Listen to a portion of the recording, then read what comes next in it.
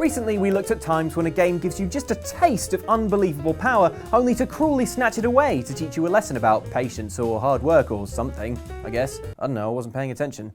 Then we asked if you lot could think of any other examples, and it turns out you were positively bursting with instances of great abilities that are lost just as quickly as they're gained. Oh games, why must you be so harsh? Here then are your examples of power given, then taken away. Beware spoilers for the following.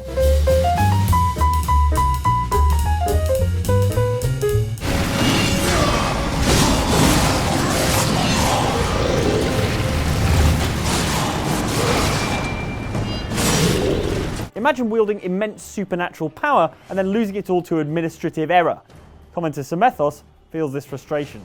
War in Darksiders. In the starting mission, you're kicking ass with the full scope of his powers, and if I recall correctly, no time limit on his chaos form, only to get the majority of his powers taken away from you and sent on a mission to redeem yourself for answering the call for the apocalypse, which was sent out too early. Yep, spelling your name wrong on a postal redirect form has nothing on the bureaucratic blunder that takes place in Darksiders, in which the apocalypse is accidentally triggered too soon.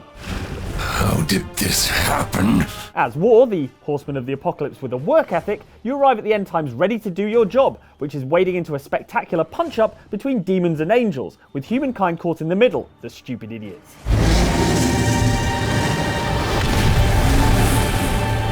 War is appropriately tooled up for the job, and as the player you'll quickly grow to love his powered up sword Chaos Eater, his seriously stacked up health bars, and his ability to remain indefinitely in his fiery chaos form, eviscerating demons and angels alike in a fiery rampage. Yeah, well, I've got a pretty sweet chaos mode too. About to drink this tea, hasn't even cooled down yet. The fun's over soon enough though. When it transpires that the apocalypse went off earlier than a pint of milk in the sun, the grumpy charred council punishes you, stripping your powers away, de-awesoming your sword, and tethering you to sadistic babysitter the Watcher, voiced by Mark Hamill. Remember that, or I will really get under your skin. Although to be honest, that's probably more of a punishment for Mark Hamill. Hey, Mark, while we're demonically linked, let me explain to you my alternate ending for The Empire Strikes Back.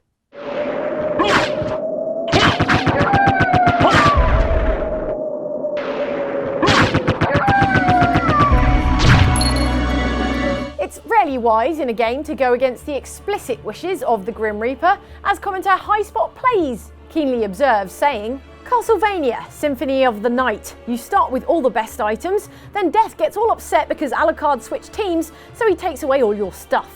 It's understandable though why game protagonist Alucard might not obey orders. He's probably distracted by how wildly overpowered he is at the opening to Symphony of the Night, charging into Dracula's castle like it's housing a 2-for-1 sale on silver hair extensions and dispatching supernatural foes with the host of exotic weaponry in your inventory. Your rampage soon catches Death's attention though, who, being folklore's greatest buzzkill, tells you to cease fire. But I demand you cease your attack. I will not. When you refuse, he nicks all your stuff, the big bony jerk. What? Next thing you know, your pockets are empty, making for a fairly massive spike in difficulty, and it's all Death's fault. Yeah, well, Death, you might have all my weapons and mastery over life, but there's one thing you don't have. Skin. They took everything from me. They're responsible. And they'll pay.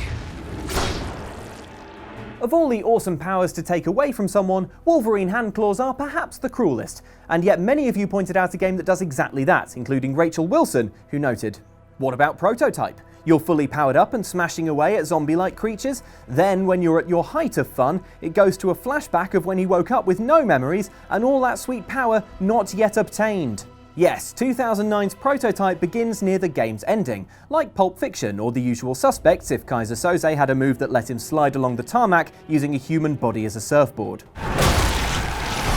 Gnarly.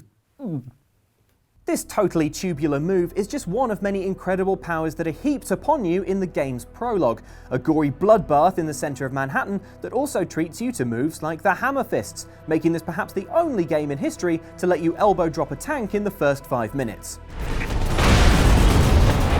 As if that wasn't enough, moments later you're Catherine wheeling furiously through crowds of zombies with the sword-like blade arm, before climactically unleashing an area of effect devastator. It's basically what it would look like if Octodad really lost his temper. However, once the game kicks in proper, your gleeful rampage is abruptly halted, and you're taken back to the start of Alex Mercer's superpowered timeline, where all those abilities are yet to be unlocked.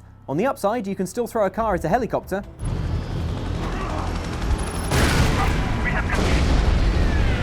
I can't believe what I just did. Swings and roundabouts, eh?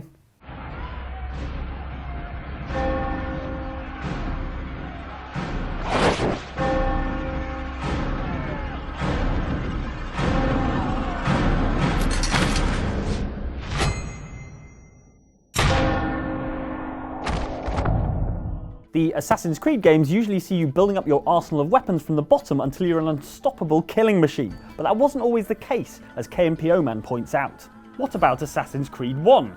Oh, and there's a postscript from Ellen here that says, yes, what about Assassin's Creed 1? And then that's underlined. And then there's a picture of Altair and a cat, and also Ellen's there. In the first game of the Assassin's Creed series, you indeed started out as fully fledged and fully armed assassin Altair.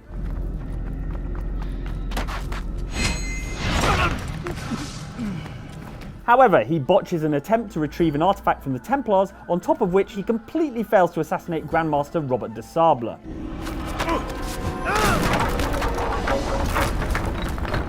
Safe to say, your fellow assassins take the opportunity to rake you over the coals. I send you, my best man, to complete a mission more important than any that has come before. And you return to me with nothing but apologies and excuses. Do not speak. Not another word. Yeah, but... Because you would not heed my warning! All of this could have been avoided! A bigger kid made me do it. Andy made me do it. Hey!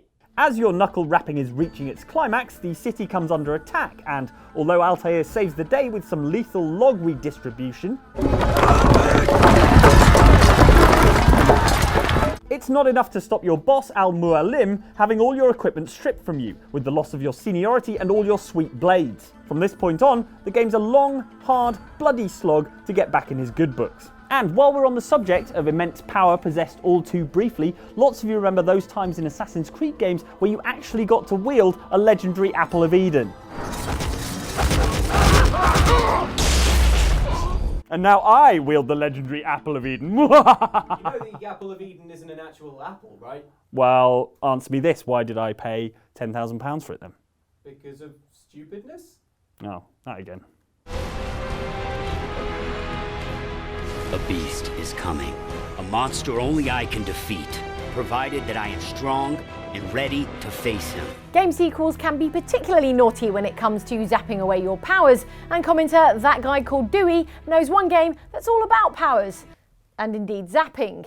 What about the start of Infamous 2? That was a beast of an opening, ha!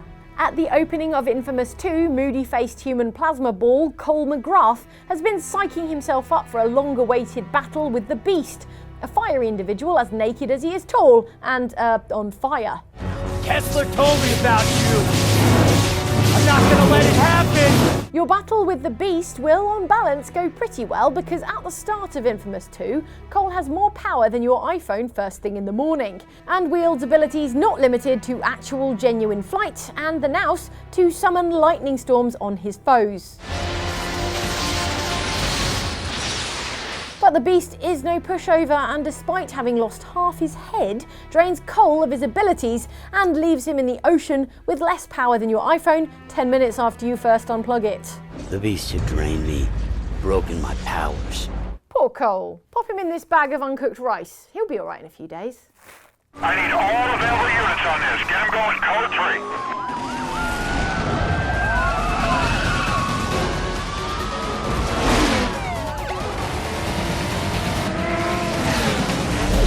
Ask any pro racing driver what the secret to winning is, and they'll tell you it's all about having the car that is the fastest one. As such, being teased with a few laps in Need for Speed Most Wanted Sweetest Ride is downright mean, as Panos Limperidis notes. In the first 3 to 4 races, you were using the best car in the game and were totally destroying your opponents, only to get sent to prison, and after being released you were forced to drive a goddamn wreck of a car. Quite so, at the start of Most Wanted's career mode, you're hooning your way around densely populated urban areas in the finest of motor vehicles, a BMW M3 GTR.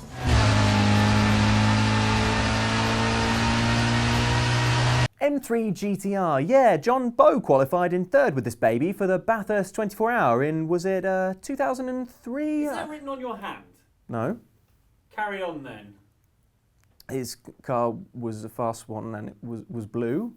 Blue fast car.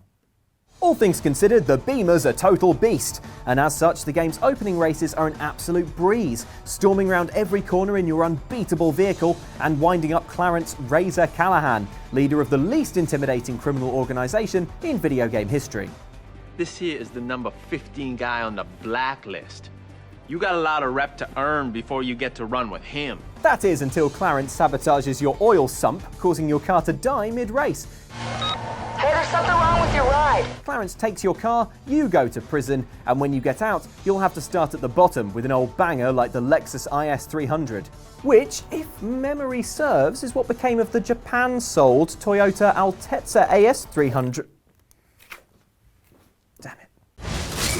Let's finish this.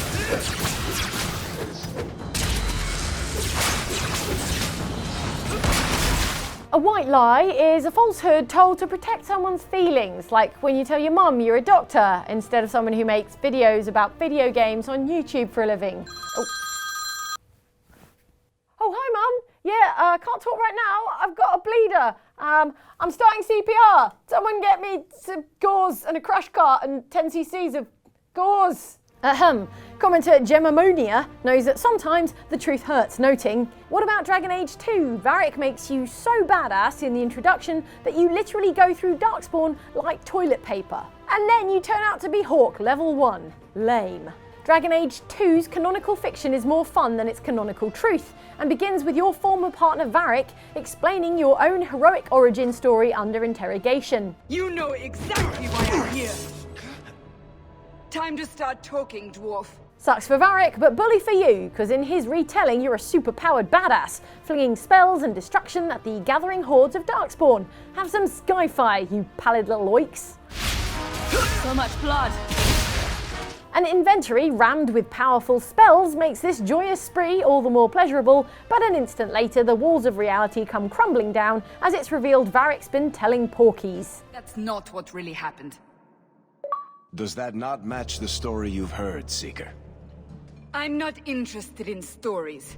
I came to hear the truth. And I came to rain fire from the sky, so shut up and can we get back to story time? No, sadly we can't. For a game whose story is told by a dwarf rogue, Dragon Age 2 decides to get oddly obsessed with reality, and from this point on, what you play is your real origin story, in which, you guessed it, you're a total noob. Not meeting out fiery wrath, but fleeing for your life with your family, where the biggest magic trick you'll pull now is convincing your mum that everything's fine. We've lost it all. Everything your father and I built. At least we're alive. That's no small feat. Eesh. Have you tried telling her that you're a doctor?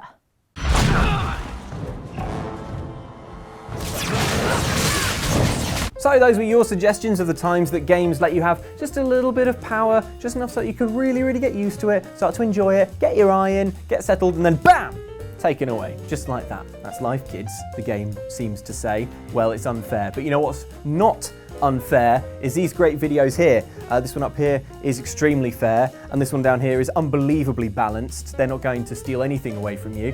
And if you're still thirsting for more videos like this one, then why not click on the subscribe orb? It's somewhere around here, and it's very dark and mysterious, and it has all sorts of powers, so click on it to see what they are. Thank you for watching, guys. Goodbye.